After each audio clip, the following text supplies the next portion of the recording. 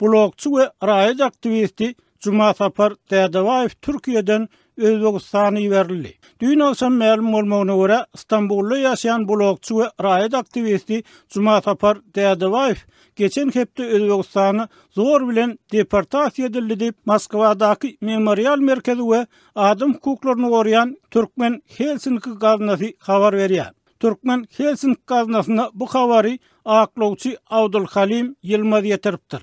Garagalpakistanly doglan etniki Türkmen Dädebaýew soňky 2 ýylda Türkmen we Garagalpak wekilleriniň demokratik hereketlerine işen gatnaşdy diýip habarda edilýär.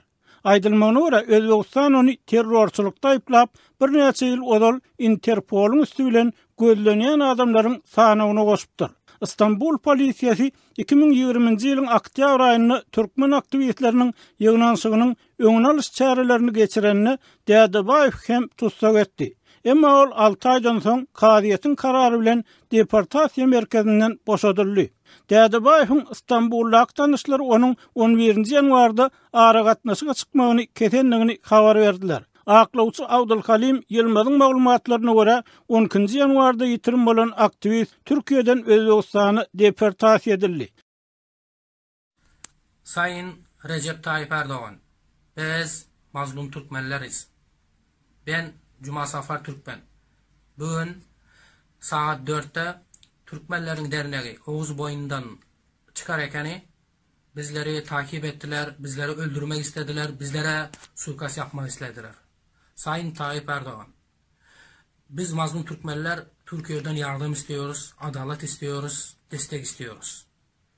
Biz kendi memleketimize gidemeyen mazlumlarız. Sayın Tayyip Erdoğan, çok zamandır Türkiye'de Türkmenler memleketine gitmek için, çoluk çocuğunu görmek için, kendi evine, vatanına kavuşmak için mücadele veriyor ama diktatörler bizlere zulüm ediyor. Bugün de onun aynısı oldu.